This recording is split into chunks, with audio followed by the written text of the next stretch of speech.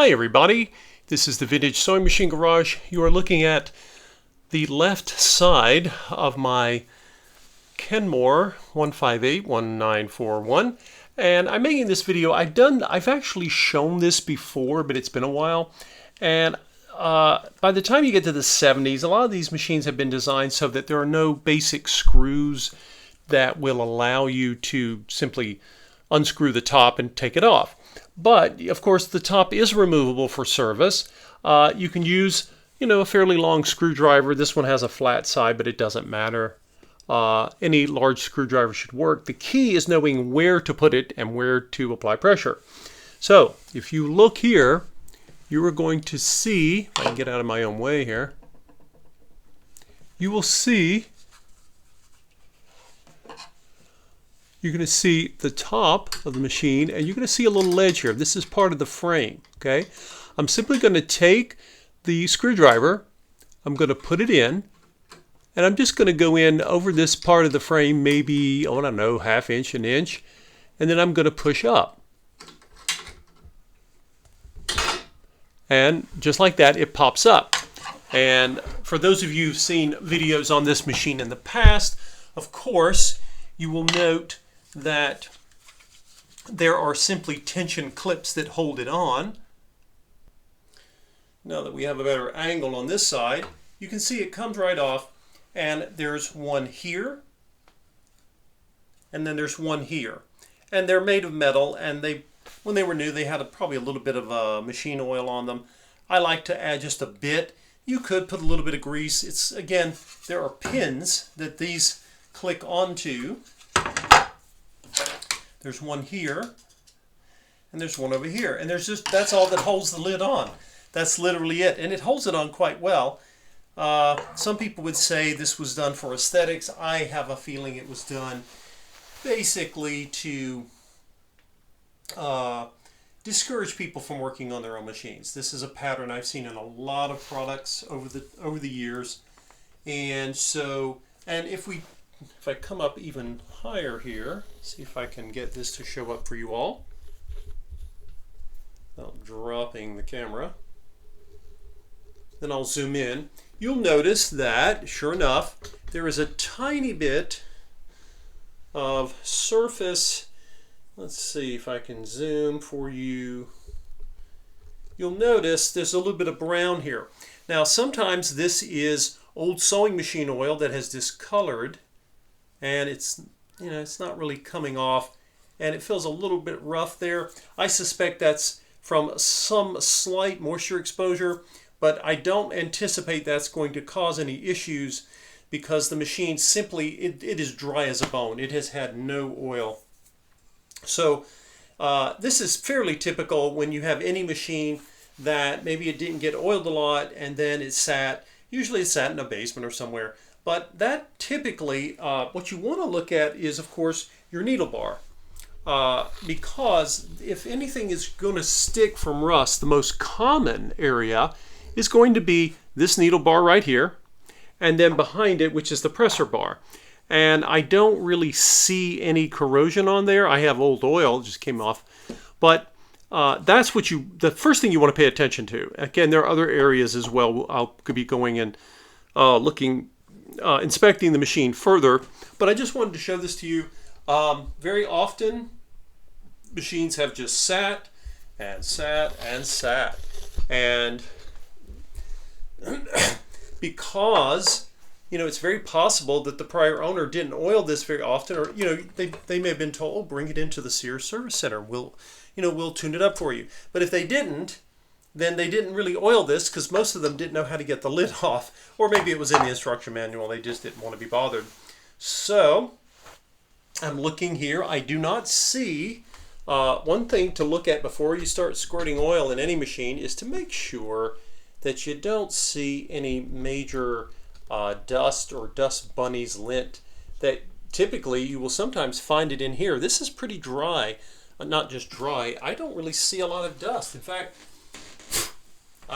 most of the lint, almost all the lint and dust I'm finding on this machine is down below, which is not surprising. But it's nice that there's not a bunch of lint in here. In fact, nothing's coming out And when I shine my light into it, honestly, I'm not seeing any. I don't think this machine got used very much. Uh, Maybe it got used for a while and then someone decided to stop sewing. For some people back in the day, they would sew for their children, and as the children grew up, children get pickier when they become teenagers in terms of what they wear. And a lot of people quit sewing when their children were no longer small and they could make all that all that children's wear people used to make for their kids. So I think what I'm looking at is a machine that I am going to guess probably sat for a good 20 years. But it's not broke. And this is one of the things I constantly love to try to emphasize, is that things that were consumer driven, that were mechanical, that were designed for maintenance, things that were built years ago, they can break occasionally, and you would replace a part or mend a part, but normally the biggest issue with vintage sewing machines I have found, and over the over 10 years I've been doing this, is that they get mothballed. They just sit, and it's not really good for them. They don't like to sit. They like to be lubricated and put into service. But we're going to bring this one back. This does not concern me one bit. And what I'm looking at, in fact, if I look at this area right here,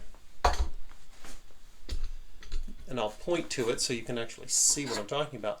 There's a cam here that there's a, and as you can see how stiff this is. What I'm sensing is that this machine has been so long since it's been oiled. If I take, let's see, let me get one of my cotton swabs here. If I take a cotton swab, normally if a machine's been used and it has some oil, you'll find it, but my gosh, there's almost nothing. It's been a long time since anybody even thought about using this machine. So it's been asleep. It's a guess, general guess as to how long it's been asleep. But when I say dry, I mean I should be seeing some shiny oil, even if it's old, and I don't even see that. I think the machine did not get oil very much up here, but I also don't think it got used much. I don't see a ton of scratches or wear marks. Again, that's not a scientific process. It's still a guess, but I'm seeing over here in this area, even the needle bar, there's almost, I should be getting oil on my finger here. Not much at all, but it is not frozen. It's just very stiff. So, given all of that, the first thing I'm going to do, and I kind of, I always try to use the lowest amount of intervention required. The first thing I'm going to use is sewing machine oil. Now, if I could see a lot of old oil in here that I thought was getting sticky, I would use one of my penetrants, and I may end up having to use one of those. But in this case, I don't see old oil that's gumming up things. I just see a machine that doesn't have a lot. And again, just the fact that it's sat. Now, before you start squirting oil, we're not ready.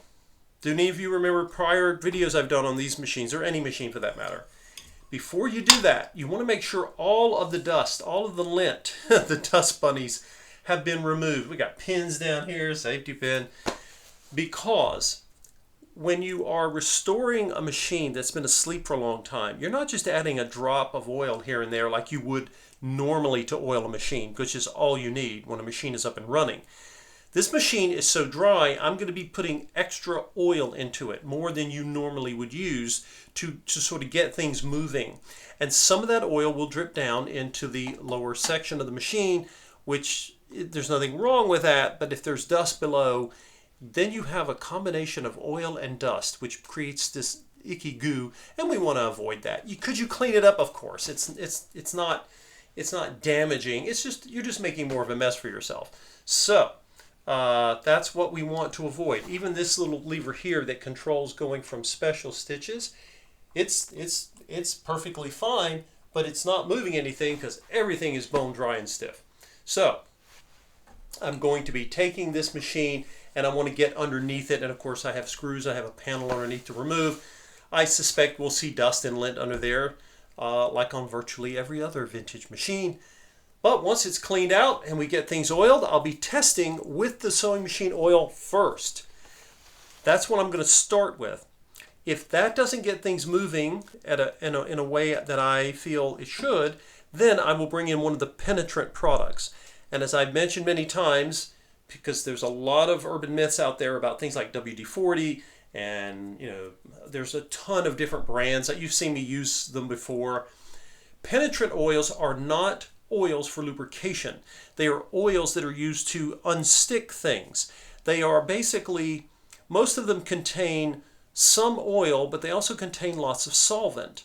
And the reason you don't want to use those for lubrication is because they don't last very long, because they're part solvent. They're not designed to lubricate, they're designed to unstick. They're designed to clean and to break through any kind of corrosion or stickiness. So they have a different purpose. Just remember, they are very useful, but they are not the same. I've heard of people online that's like, oh, just put in some penetrant oil, 3-in-1 oil, for example. 3-in-1 oil is a great product, but it is not the same as sewing machine oil. It's not for lubrication. It's for getting things that have not moved in a while moving. And I have some, and I may end up using it, but not as a lubricant. So just wanted to emphasize that. Sometimes things bear repeating. So before any oil goes on this machine, got to get underneath and look and see what kind of dust bunny critters are down there waiting to be cleaned up. Thanks for watching, and we'll see you in the next video.